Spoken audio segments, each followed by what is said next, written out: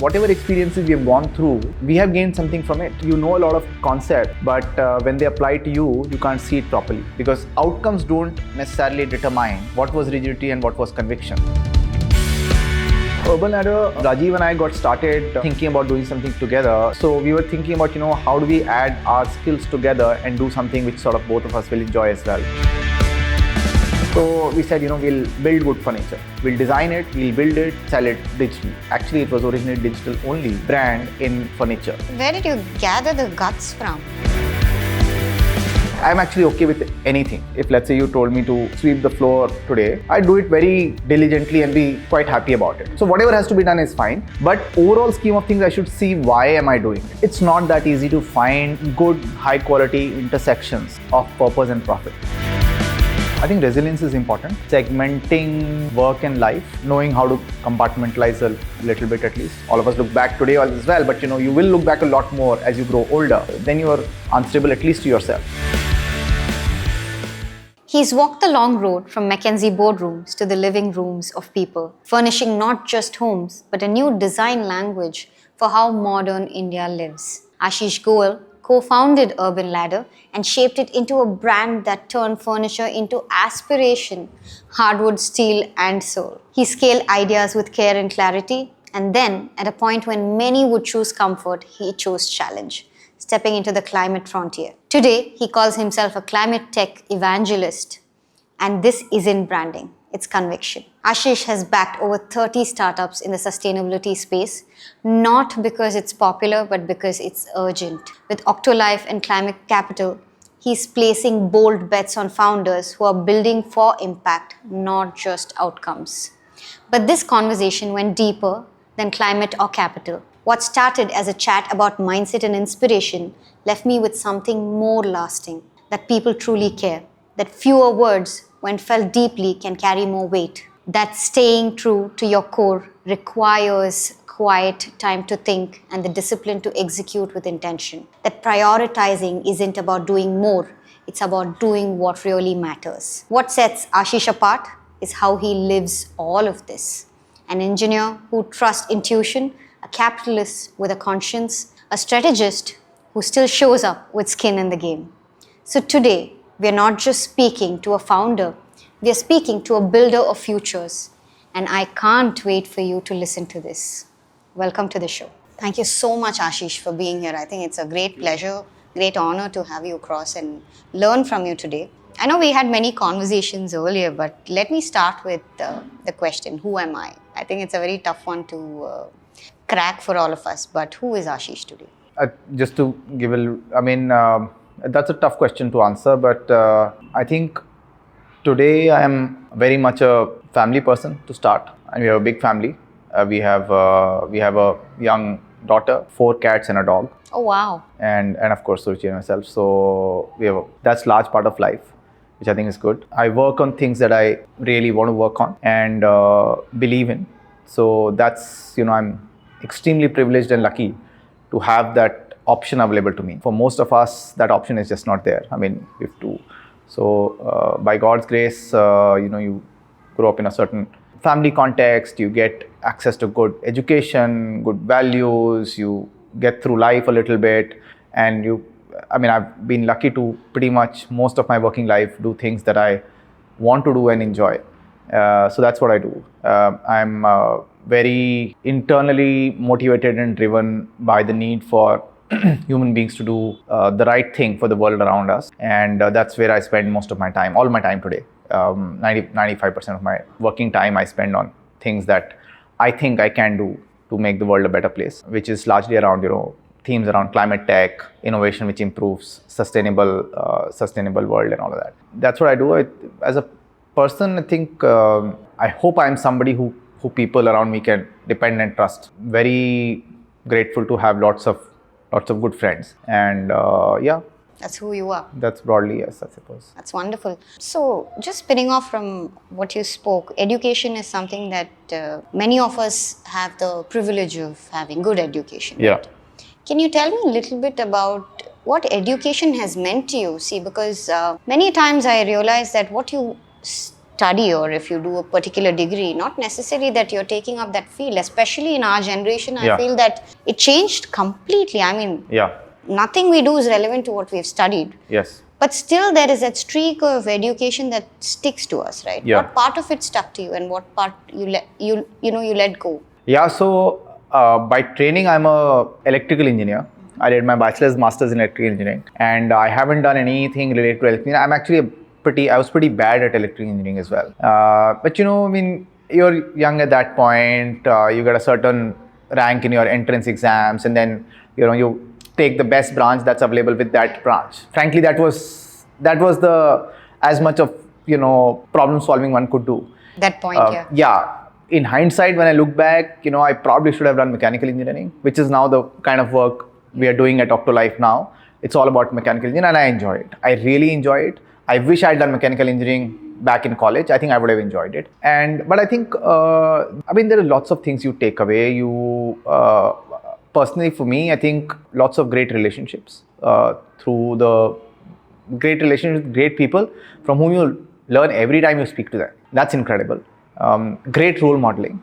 The value system that we got from our family. I think my education only reinforced that, made me feel comfortable about it.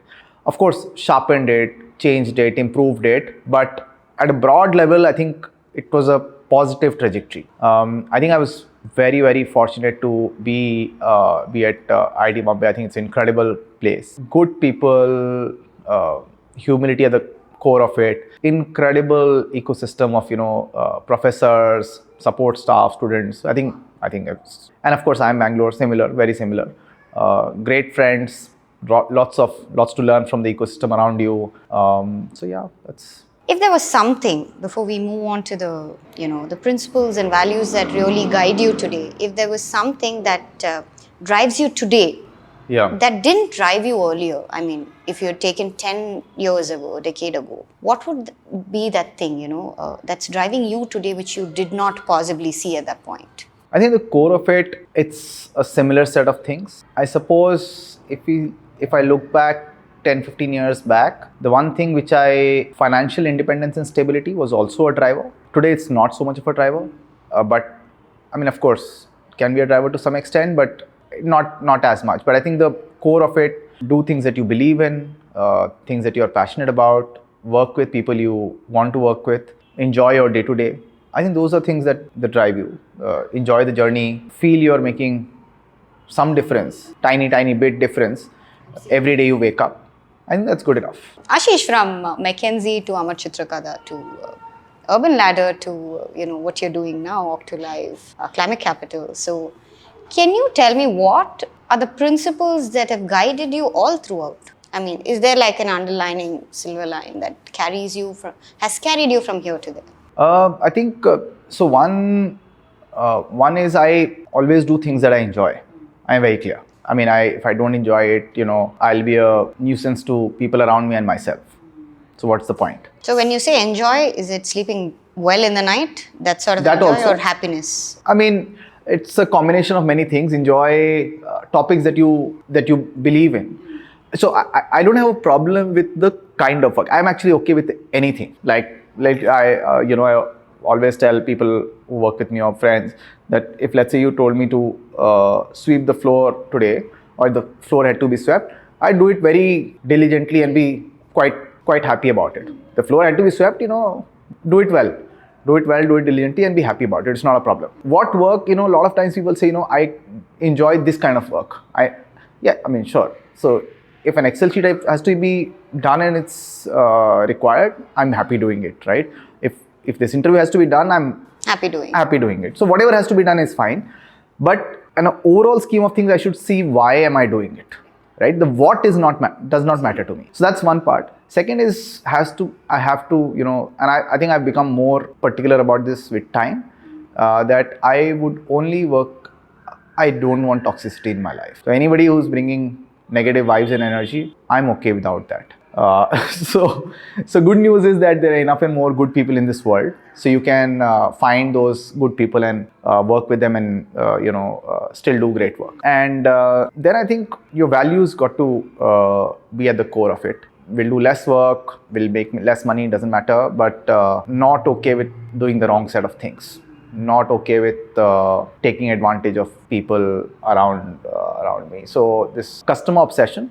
So everybody you work with is a customer, right? Your customers, of course, you eventually whatever you're making and selling to somebody is your customer, but your internal teams are your customers. Your vendors, partners are your customers. Your shareholders, stakeholders, everybody is your customers. You've got to be so that core of it, that who do the right thing by your customers consistently. That's, I think, very tough one, but I think you just have to be consistent about it. And then other basic, these are, people don't talk about it, I'm surprised, but basics like honesty, transparency, work ethic, I think just got to have those basics in place. Absolutely. So that's what it is. Yeah. One very interesting thing you said, that even if you're not making a lot of money, if you're doing something right. Can you elaborate on that a little bit, Ashish? Because from the get-go, right, there is this internal switch that goes in for us. Like, there is something that transitions us into who we are today, from what you were doing to what you're doing today. You're able to say no to things that don't make sense. Sustainability is a huge part of what you do. Yeah. So I feel like, even though there is profit coming from a certain place, today you are okay to say no because your value is so much more important to you. What was that switch? Why did that switch happen? Because we all start at a point where we want to make money, we want to be comfortable, we want to, do certain things. But how important is your values, the world you live in? How important are those things? I think they're more important than I think most of us realize in the hurly-burly of things. Now, the specifics of which parts of the world we live in and we want to make it better may be different for different people. But I would be, again, this is just me thinking to myself, as we get older and get to the sunset of life and look back, I think it will be hard to imagine that if we didn't do things that we believed in and didn't do quote unquote good things, I think it will be hard to be comfortable with oneself. Within oneself. Yes, within oneself. And then what's the point really? So then the answer is, that's the dominant variable. Being comfortable with yourself, finding joy about whatever you have done. When you look back, there will be a time when you will look back. Like all of us look back today as well, but you will look back a lot more as you grow older, and then you are answerable at least to yourself. I have one more question in this segment about values. Moving on, right, seems easier for you in the sense that, there are no regrets, there's nothing holding you back. We had a little conversation earlier. How is it? Because many people carry a lot of weight, as regret, as, something that they hold on to for a very, very long time. Oh, I didn't do this, I didn't get to do this. I was not a part of this anymore. Moving on is a very tough task, and you are not somebody who holds on to your past. So can you tell me a little bit about moving on? Because many people struggle with it even today. It's a huge deal. You start something or you do something and then you have to move on from that because it's time, right? How do you look at moving on from one to the other? Part of it is probably biological design of individuals. Again, nature versus nurture, all of that, how you're designed and all of that. There is a reason why, for example, people do handwriting analysis and can tell you whether you're forward looking or you look behind more or you are more in the present, right? It's a personality type, which is natural to you. So I think I'm more forward looking in my personality type. I would like to be more balanced, I think, be more in the present. I think I'm more in the future than in the present. That being said, I think there are enough and more ways for people to think through why not to think too much of the past. So one framework which I find interesting is say for example, somebody says, I regret not taking a certain decision. Today, if I had to take that decision, I would take it differently. But that argument is flawed at its core because you were not that person at that time. You were a certain person with a certain amount of information, with a certain sense of yourself and your surroundings. So you could have only taken that decision, right? So for example, I just told you, right? I did electrical engineering because my JEE rank was something, and I could not have right? Broken. I just did not know enough for me to have taken a different decision and done mechanical engineering back in the day, right? It was not possible. So hence I, that was the answer for me, right?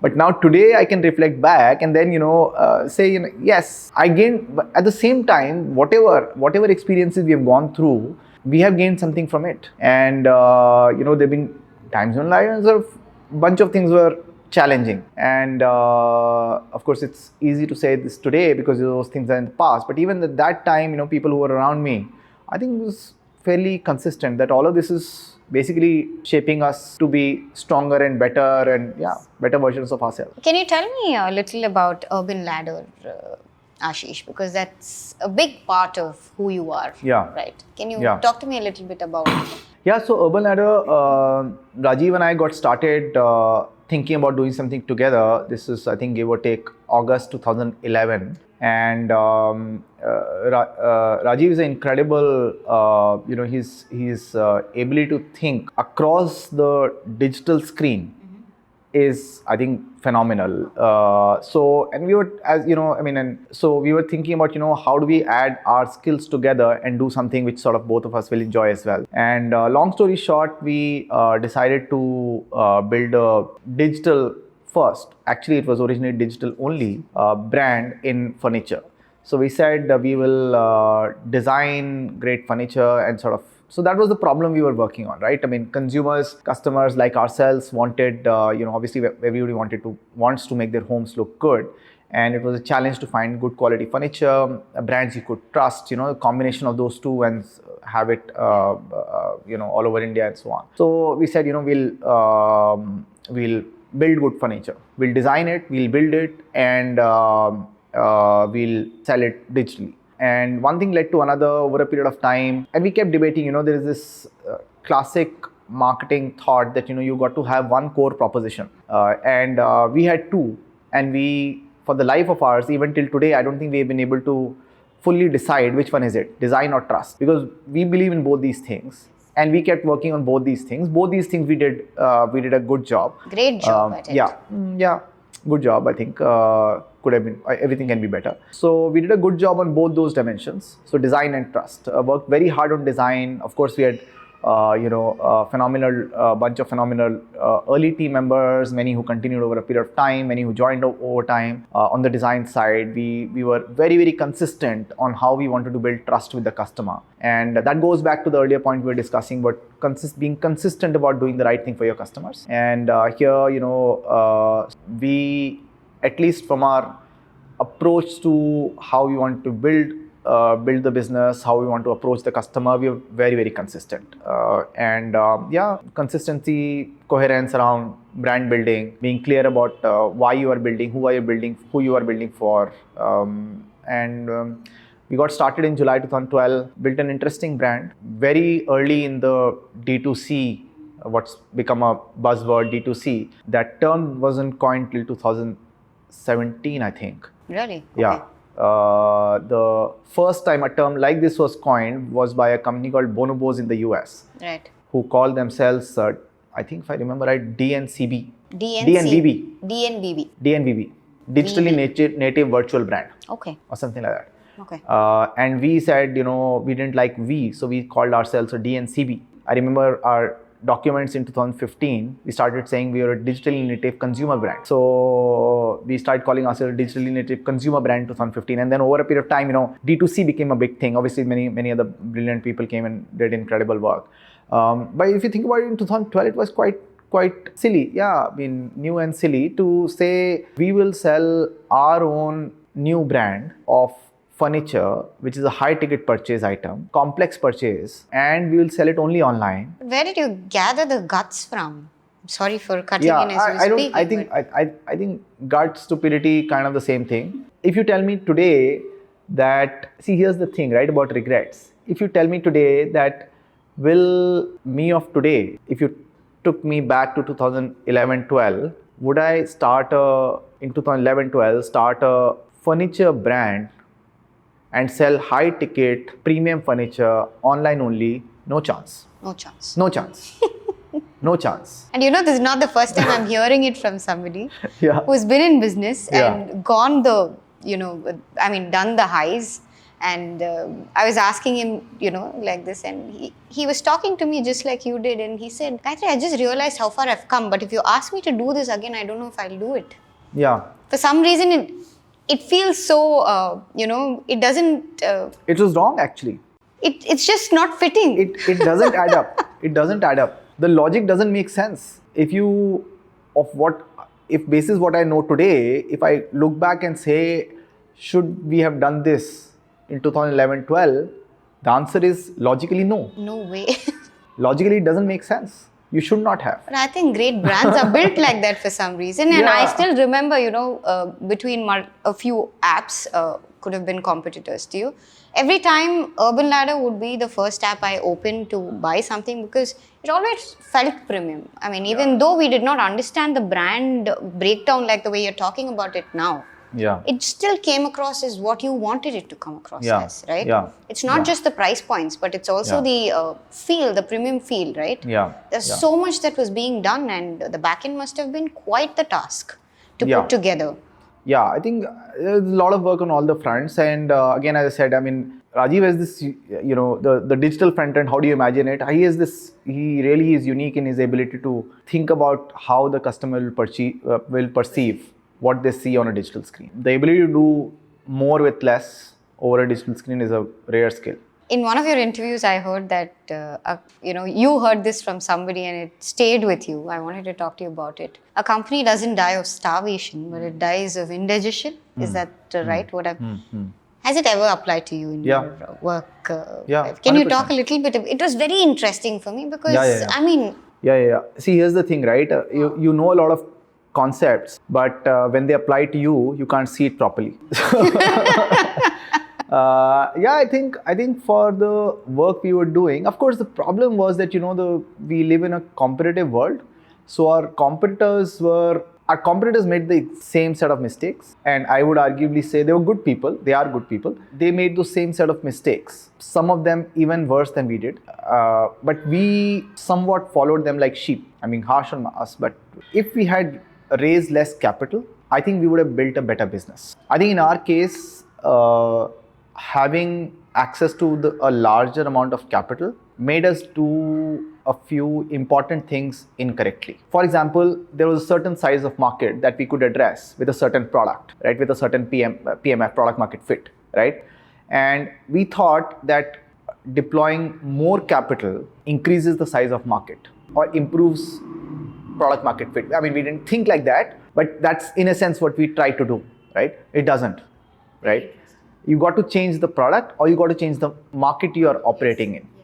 Both basically, okay? Deploying more capital doesn't change the market or PMF. Very interesting, because yesterday I had a conversation with another person who's in the D2C business.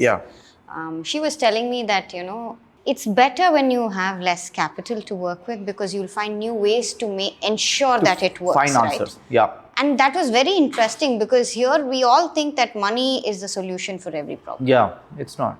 It's not. No. Very, very interesting that there's something beyond it that people will have to start looking at, right? When you build something, especially when you pioneer an industry, it's phenomenal. I think what a great learning to have and understand. There is a fine line between being, having conviction and being rigid in running a business, right? We can very easily become rigid with our ideas. What has Urban Ladder taught you in this journey? I don't know the answer yet. I do know that by being rigid, in hindsight, what was wrong. And I also know that by being on this side of that super narrow line, where I had strong conviction, what went well. Reason I say I don't know the answer yet, I hope maybe over the next 10, 15, 20 years, I learn enough to think back and say, which one of those was rigidity and which one of those was conviction. Because outcomes don't necessarily determine what was rigidity and what was conviction, right? It's easy to say this was a mistake because this, and hence this was rigidity, or this went well, hence this was conviction. Post facto analysis is very easy, but post facto has many other variables in play. Correct. So question really is, how do you know at that point of time what is conviction and what is rigidity? I think that is too hazy a ground. I'm not able to yet draw a line in that sand. So For myself at least. So where do you orient? You listen to your mind or heart at very tough, taking tough calls? I pride myself on being objective and problem solving oriented. So I will take the mind decision. Fantastic. Great to know. Yes. Because, it's a bit more analytical in nature. You understand your, the possibilities and the possibilities that are not, right? So, fantastic. One more question I did want to ask about Urban Ladder. After it was acquired, right? You continued as CEO. What was it like? To own something and then own a part of it and then give it away and continue being a part of it. Was it a learning? Were there things that, that were a little tough because the culture could have changed? It's moving from one company to another. Much larger organization. Yes, and Reliance is known to be very, I won't call them aggressive, but they are go-getters, right, in a certain sense. So how was it for you, the transition between this and that? You still continue being on the board, if yes. I'm not mistaken? Yes. So how has the transition been from here, this and that? See, I think every transition by definition has its challenges. I would say, if I put on my personal hat, I am forever, without a doubt, forever thankful to the Reliance Group. And I won't, because they're very private people, I won't name the leaders who played that role, but incredibly thankful to the group and many of the, leaders for many, many things. I would say similar for Urban Ladder as a brand and an organization also. Forever thankful, no question about it. Second, I think I have been blessed in my interactions with the Reliance, the group, and many of the key leadership members that I have learned crazy amount. Yeah. Wow. Yeah. 2-3 big lessons, but I think just worth their weight in gold. If you can give us a few things that you've learned. So for example, one of the words you used was aggressive. Aggressive for sure. It's a very go-getter kind of culture. But I think even more than that, culture of courage. Courage. Yeah. Some of the approaches to doing things, some of the ways of thinking, it's just, teaches you courage in the business world. I think it's incredible. Second, I think people from the outside, again, this is not something it is well written and documented as well, but for me, the level of detail orientation in thinking and execution that I saw was, especially in execution, it was insane. It was very, very powerful. So that's, so I think bunch of learnings. And clarity of thought and prioritizing what was most important, just doing that. I think it is a ingrained. I think some people it's a God's gift, others have to learn. I'm in the second camp. So we spoke a little bit about how ethics are so important. You said that these are things that people don't normally talk about. Can you tell me from an entrepreneur point of view, Ashish, what are some of the non-negotiables you think characters that entrepreneurs should possess or should develop? Are you asking this in the context of ethics or more broadly? Could be anything, broadistic. I think resilience is important. Segmenting work and life and knowing how to compartmentalize a little bit at least. Most people are able to do it, but I think it's still important. I think being clear about your own moral compass, I think is important. And it's a slippery slope.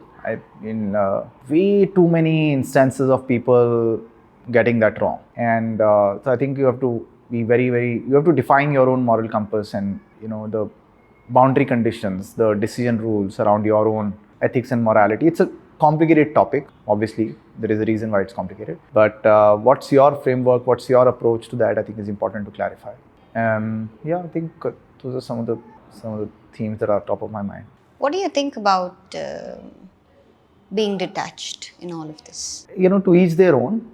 For some people, being detached helps them be a better version of themselves. But for some people, being every minute being driven by their passions makes them be better. So I don't think there is at least I can't think of a universal formula for that. I think to each their own. Question is, what is detachment doing for you? Is it doing something good for you, or is it making you a not so good version of yourself? Making you a better version, fantastic, by all means. How has detachment worked for you?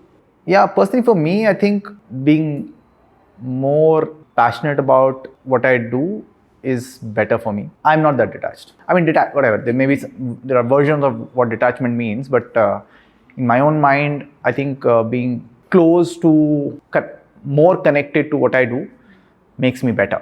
But then there is again detachment about outcomes versus the process. That's important. Yeah. Absolutely. I think detachment from outcomes probably universally better. I think I find it very hard to be detached from outcomes. Yeah, very difficult. I don't think I can do it. Maybe I can do it, but not today. So, but I think that's, if you can just keep progressing on that journey of detachment from outcomes, hopefully that's better for most people. But detachment from the process, it's to each their own. And I like how you are positive about, maybe, I mean, not today, but maybe at some point for sure. Because that shows how much you reflect on, these things, right? It's important to also reflect on your day-to-day, see how you are working with things. It's phenomenal. Also, in today's times, right? Especially businesses that are product-oriented, right? I see that there is a need for the founders to be out in the open, speaking about it, a lot of marketing, a lot of self-branding happening. But you are somebody who's very quiet and deliberately, I think that's the right word, deliberately, you like to be quiet, right? You like that quiet for yourself, not to be seen too much. Can you talk about why it's important for you, when the whole world is working, slightly differently? I won't say everybody is like that, but why is it working? I mean, why do you want it to be like that for you? The attention, to be away from that. Because we all want stories, right? We all want founder stories. We want to know who's behind, what's happening, a product or a new idea, a new thought. How is it working for you? Why do you still like for it to be quiet? Yeah, see, I think it's a phase. It could be a phase also, and it could be a function of what I think makes me better. I think for the work we are doing, me having less distractions makes me better. For the work we are doing, for it to succeed, if I have to jump on a tabletop and dance, maybe I'll do it. Oh, you would? I probably would, I mean, because we are on a mission. Absolutely. Right? So, and it's nice to know that you're open to it. It's not that, I mean, we are on a mission. We want to make cooling accessible to everybody in the world, right? And if that means that that I have to do something differently, then I have to do something differently.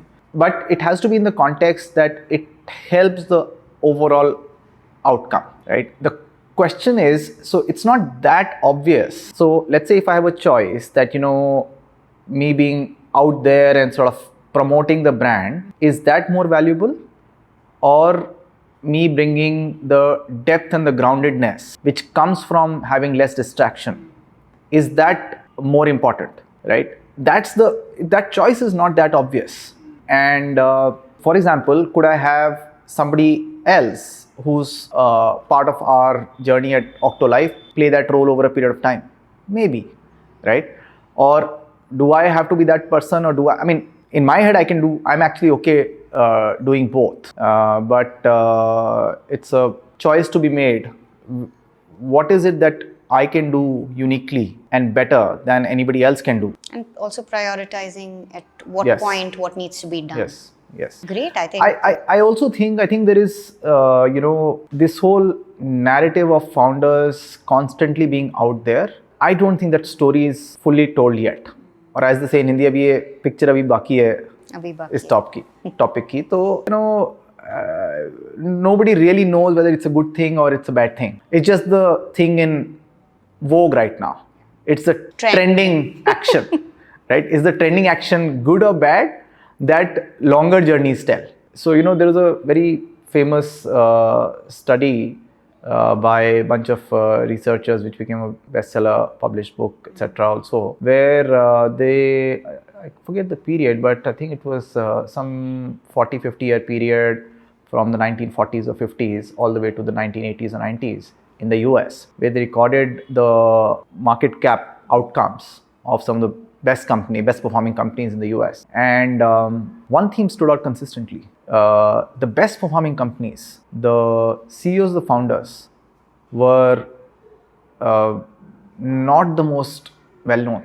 Obviously, it wasn't that for everything. Like obviously, Steve Jobs was Steve Jobs and blah blah, right? There are, but there were enough and more examples where great, consistent, long-term performance, like year after year, just good stuff, good outcomes, good businesses being built, community leadership being shown, and so like lots of good stuff being done.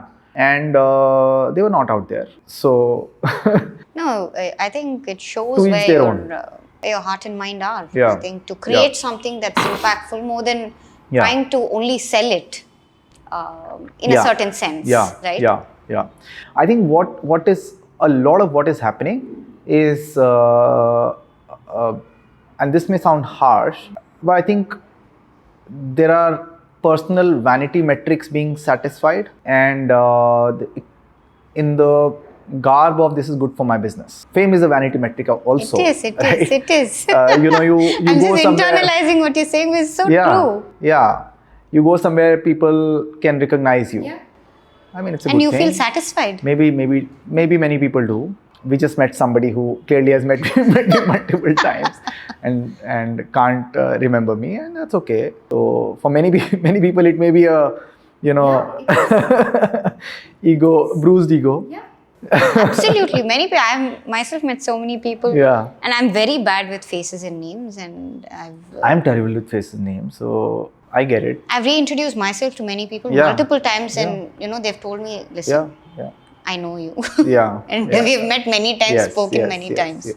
But you're right. I think there's a lot to do with ego and vanity. Vanity, yeah. In the process of doing something in the name of. Yeah. Interesting, very interesting, way of thinking about it with clarity. Are you putting your work first? Yeah.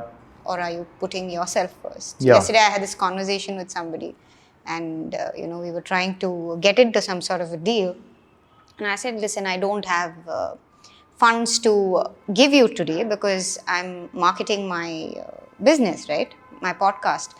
And he said, oh no, ma'am, this is also marketing. I said, no, that's personal branding what we're talking about. It's very different, right? We have blurred that line very much today. Yeah. And without a founder, there is no business, and that's where we are headed right now, right? Yeah. When the founder leaves, the whole thing goes away because it was all dependent on that one single person, or two people, or the founders basically. So can you tell me a little bit from there, Ashish? OctoLife. What is OctoLife? What work are you doing there? Can you speak a little bit about it? The problem we are working on is in a rapidly warming world. How do people cool themselves down without hurting the environment around themselves? And it's a tough problem. So just for context, the cooling that actually cools you down properly in the developing world, less than 6-7% people in the entire developing world, what's called the global south in development sort of conversations. In the entire global south, about 6-7% people have access to quote unquote appropriate cooling solutions, right? Solutions which cool them down enough for them to be productive and healthy, and which obviously is a abnormally small number. It's 6 to 7%. 6 to 7%. It's a little bit like, it's a problem which increasingly is going to become similar to not having access to clean water, right? So that's the problem we are working on. We, over a period of time, want to build solutions which are sustainable, climate friendly, at the same time provide the appropriate cooling and are accessible to as many people as we possibly can reach. So tough technology problem. So we're a small team, just heads down, trying to solve it, what is clearly a very developing world problem. It's a problem of the hot part of the world. And India is like heart and center of that problem. We are a warm country, hot, tropical, getting hotter. Pretty much every part of India, other than the mountains and some parts in the far north, which are cool relatively. But we need to solve this problem, and we have to solve this problem, and we have to solve it for the rest of the world as well. So our hope is that we can. So literally imagine, let's say, and maybe we certainly won't get there in the first iteration of the product we can bring to market. But let's say 5 years from now, imagine, I grew up in a small town in UP. So imagine, a family of, let's say, 4 or 5 living in a small town in UP, and the worst of the heat waves strike, right? And they're staying in this 250 square feet home, which has been, thankfully, with solar becoming more and more prominent, which has adequate solar on top of their roof. And can we find a way that the solar they can get on 250 square feet home, the roof is, let's say, 150 square feet, the solar they can put on top of that, can we provide them solutions which give that family of 4 or 5 enough cooling that they can sleep properly at night? That when the children come from school, they can in the afternoon sit and study, right? That's sort of, hopefully we can get there in the next 4 or 5 years. I mean, the interim will, so there are technology choices, there are, solutions that you bring in the interim, but that's kind of where we want to get to. So in the interim, we'll bring the most energy efficient air conditioners in the world. Hopefully next year we'll launch that. Very interesting how you speak about productivity, because your body needs to be in a certain temperature, right? It does. And understanding that, shows how deep you've gone into building something or working towards building something, and where you want to take it, right? Because today we all switch the AC on, we are sitting here, we are suddenly in 18 degrees, we step out, we are in 35 degrees, and there's so much of a gap. And yesterday, because I came from a different climate, probably a humid space to a dry space, I was sick. When I went back home, I was sick because there's so much change constantly happening. This was also not good, that was also not good. And to think about it, somebody's thinking about it, it's also I won't call it a mindset change, but it's a great problem to be solving today, because it's affecting us. And the way that climate has been changing only in the last 2 years, if you see, summers are horrible, winters are, I don't know what to call them, but in some parts non-existent. It's a great problem to be solving today, because we are seeing the bad outcomes of what we are doing to nature ourselves. Amazing. I'm really looking forward to hopefully next year. I'm sure. Climate crisis from your lens. I was just telling you a little, telling you little things here and there, but why do you think there is this urgency to, to have some entrepreneurial action in this space right now? Because climate change, we all understand, is evident, but is there an urgency? Do you think there's an urgency for people to, start looking at it this way? Because in India, sustainability or, recycling, there's so many things, right? We are still far back somehow. We don't have enough infrastructure in a certain sense. What do you think? Is it an urgency for us to get into this space? I think we are, as in India, so I'm not I hate to be negative about it, but unfortunately the facts are just very, very bad. We in India and the developing world have more than a crisis on our hands. And it's a little bit, there's a story about, a frog in the frying pan, where, you keep boiling the water, the frog doesn't really realize how hot it is, how bad it is for itself. And that's really the situation we find ourselves in.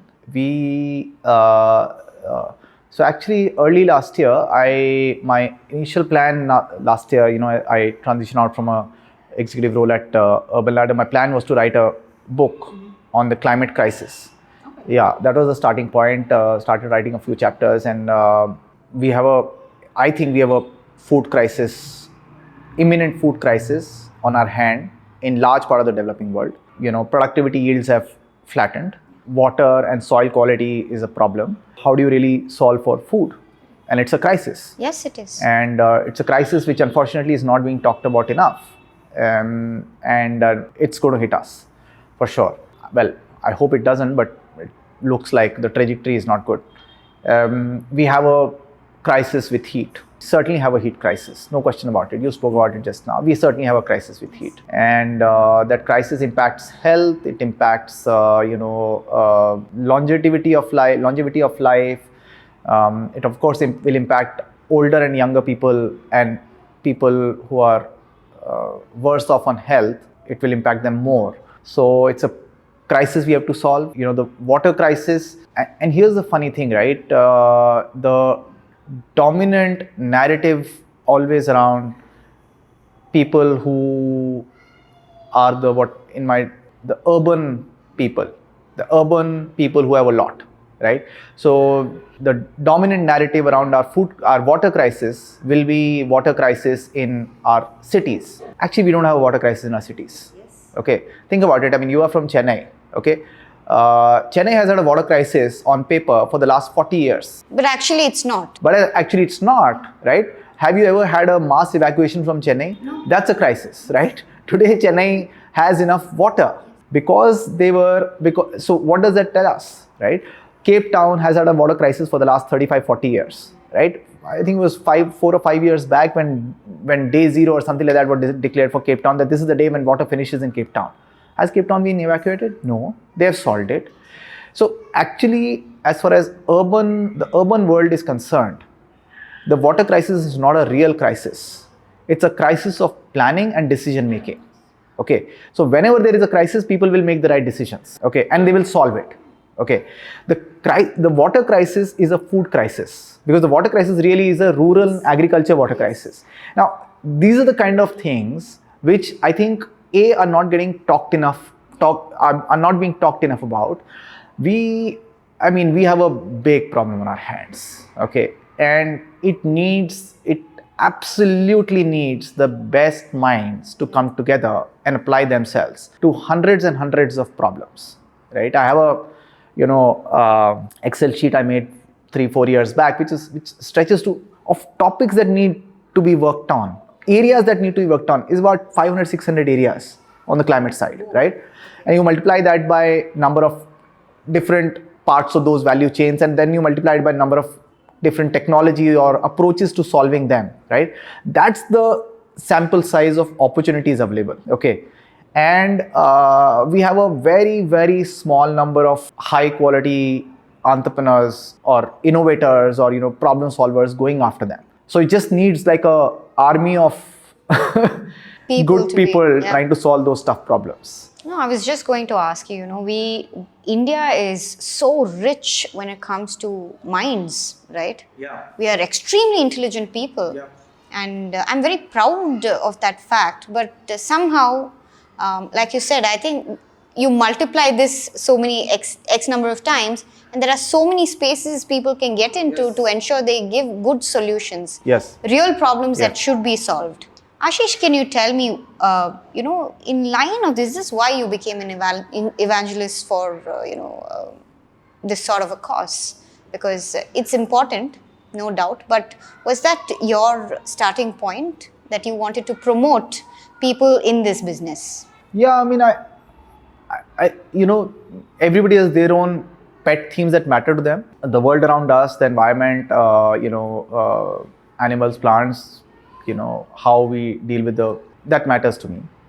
So yeah, I mean, if it matters to you, better at least put your money where your mouth is, do something about it. I did want to ask you one more question on these lines. See, if you had to build a fund-worthy business today, if Ashish is going to fund a business, right, you become an investor, how do you look at businesses becoming fund-worthy at the same time also built, very purposefully? How should one be looking at it in today's times? Any kind of business for that. I'm not being specific about climate change or doing something in the sustainability line of work. Sure. But any business, how do you come about building something that has both? It's not that easy to find good high quality intersections of purpose and profit. There is a reason there is a not-for-profit world and an NGO world, right? Because that's purpose, and then there is a for-profit world which largely I'm not saying it's without purpose, but it's without quote unquote social purpose. Right? That's really your question. Yes. I mean, there could be purpose in making money also. That's also purpose. Or, whatever, building furniture, selling furniture. That's also purpose of a kind. But your question really is, is it social purpose? Yeah. Yes. So I think it's hard to find spaces where social purpose and profit meaningfully intersect. So that's one part. Second, which is personally for me, climate tech offers that unique opportunity where purpose and profit intersect and overlap naturally. Okay, not perfectly, but naturally. There is another nuance to that. There's a lot of time you can build a business, keep the primary lens as building business, but you can do it while keeping the stakeholders around, the social stakeholders around in mind, right? It's small things, let's say an organization which employs 1,000 people, right? You could operate that employee-employer relationship with empathy, right? Just do the basics right. Yes. Okay. It's surprising how many people don't do that. Right? So you could at least start there. That's a good thing, right? You could be working with, small vendors and suppliers. You could treat them well. You could do the basics right.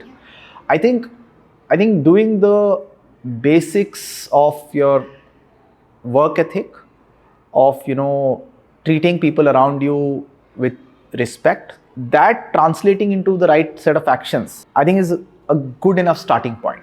It's funny that we have to talk about this because it's just not being done enough. Exactly. So people just doing that is good enough. Yeah. And in Herbal Ladder, for example, we were very clear about it.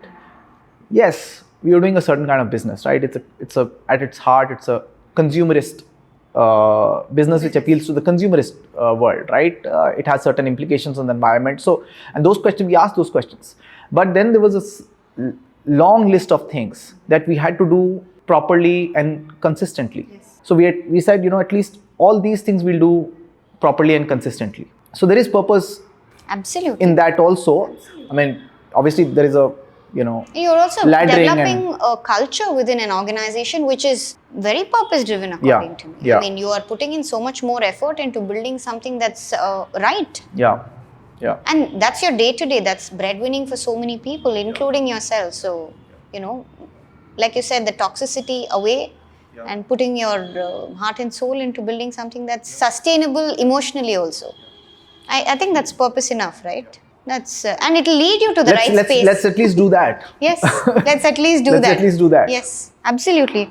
See, you've been somebody, Ashish, who's written the first check for many, many businesses. That's what I understand from what I've gathered about you. Putting your money into somebody else's dream, right?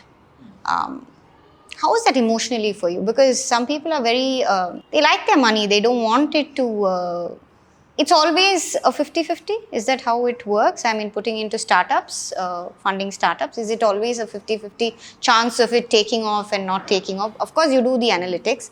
But how do you look at it emotionally when you're attached to the money that you have, earned? How does it work for you emotionally? See, investing in startups is like investing in any other asset class. There is risk and there is reward. Just the equation is slightly different. It's higher reward, higher risk. For me, investing in early stage, it's not that like there is emotion. Sure, it sounds very harsh to say there is no emotion. There is emotion, but really speaking, it's financial decision making. I'm not the entrepreneur. I'm an investor. Hopefully, I'm an angel investor. So hopefully, I'm a supporter, right? And startup journeys will go through good and bad times. My proposition wherever I invest is if you will go through bad times, I hope you don't, but you will go through bad times. In those bad times, rest assured, I'll be a supporter. It's all right, so I think that's all you can do. Is that like a standard, what do you call it? Is that a prerequisite sort of a thing for angel investors? Do you have to come with that mindset? See, why I ask is because some people get paranoid when they put their money somewhere. They want it to grow. They don't want it to, depreciate or. Yeah, then you should not do angel investing. Then you should not do early stage startup investing, because because probabilistically the ratios are like you will lose money more number of times than you will make money. That's the nature of that asset class. So if you're stressed every time you lose money, then you can't. Then it's pretty much impossible to be an angel investor. It's a little bit like growing plants, right? Think about it, right? I mean, if you have let's say you buy a orchard with 50 or a piece of land with 50 fully grown trees, what's the probability of them not surviving next year? Low. Most of them will survive next year. But if you bought a piece of land with 50, saplings, the first land will be more expensive. The second will, by definition, be cheaper. And the probability of those saplings surviving the next year is lower. But then those that survive will survive for longer and, could end up giving you. Yes. Yeah. So so you have to be comfortable with that difference in equation. So I think it's a lot to do with the mindset of the person coming in. Yeah. You got to be very comfortable with losing money. Yeah. You got to learn, of course. Hopefully you don't lose money that many number of times. But I mean, we sometimes see people who don't think that through, and then they obviously are a pain in the neck for founders when things go tough. But I think you've got to let go. See, because I find that a lot of youngsters now, they want to use their money to fund startups, right? Yeah. But I don't know if they're built to do that yet, because they have seen very little of losing money, because they have something in hand they want to grow. Yeah. And like you said, it becomes a pain in the neck for the business promoter, owners, founder, right? For the founders. Yeah. So the attitude you go in with is so much important to foster that sort of support system within the two of you, right? Yeah. Interesting. It's very very intriguing for me, because I like to understand the human mind, in that sense. Yeah. As to most people should not do angel investing. The problem is, only success stories are written about angel investing. So everybody thinks that, you put a small amount of money and then suddenly, take off. Fantastic. It's going to be 100x. It's going to be 100x maybe once. Many times it will be zero. Does luck Sometimes it will be 3x, 5x, 10x. Does luck play any role in this? Yeah. Luck. So you try to balance it with a portfolio approach, distribution. So next we are going to move into the personality decode. So basically the idea of personality decode is to break down your personality in a certain manner of understanding how intuition plays in your decision making. This is to help the viewers see what has worked for you, why you are who you are. As simple as that. So I will ask you a question and give you 4 answers. If you can choose one answer which you most orient towards, or what comes to your mind first, right, in that particular situation. I know it's not, it could be interconnected, it could be parallel, but if possible, if you can stick to 1 or 2 answers for that, for every question, will be great, whatever you orient towards. Then in the end, I will tell you what you are orienting towards. Maybe you are not aware of it, or maybe you are, and you can tell me, if I'm right or wrong.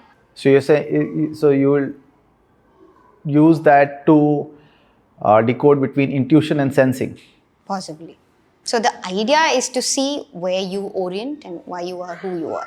As simple as that. When you meet a potential founder, okay, what's your instinctive first filter? Their clarity under pressure, their ability to deeply listen, their obsession with solving a real problem, or their awareness of their own blind spots. Awareness of their own blind spots. You have 10 minutes to decide on a high stakes investment. What do you rely on most? Pattern recognition from past deals, energy in the room and emotional cues, the long-term story it fits into, or a pause and sleep test before saying yes. The energy and vibe in the room. You sense something's off in a team dynamic. What's your first move? Restructure or challenge assumptions, open a dialogue and read between the lines, push the team to revisit the purpose, or step back and observe from a distance. Given the role I play, stepping back and observing from a distance is not possible. I will have no data.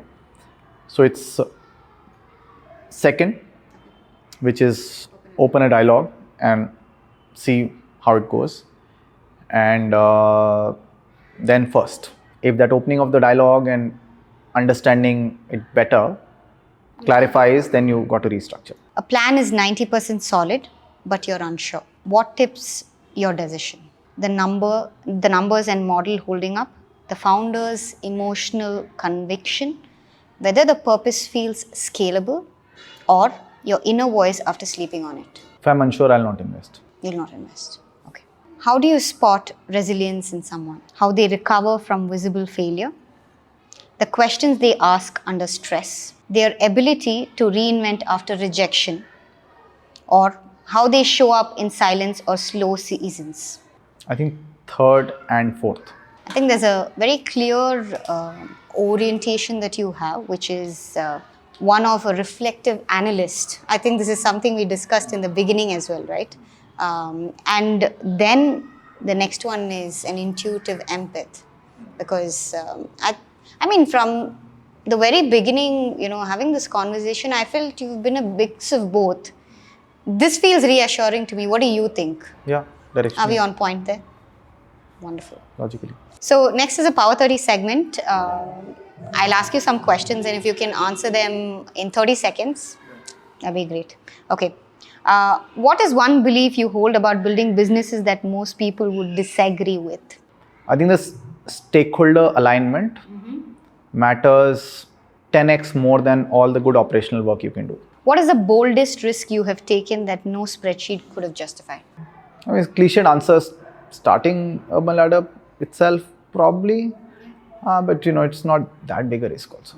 One sentence from your journey that an entrepreneur or a startup owner should hear before they quit. There is huge value in closure and seeing the full cycle. What is the single most underrated superpower a modern entrepreneur must have? Ability to identify what you are uniquely and distinctly good at, and only do that. What would you write on a billboard for every first-time founder in India?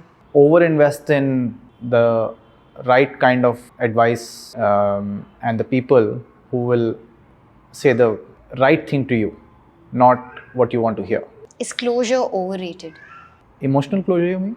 Yeah, I think emotionally closure is overrated. But I think just the when I say closure, in the business world, seeing the full cycle, the value can I cannot overemphasize the value Of closure. Yeah. Fantastic. Thank you so much. It's been a wonderful session. No, thanks a lot. Knowing, understanding. If there's one takeaway from this podcast today for you, if there is any, what would it be? Pleasantly surprised. It was quite very, very sharp and insightful. Means a lot. Means a lot.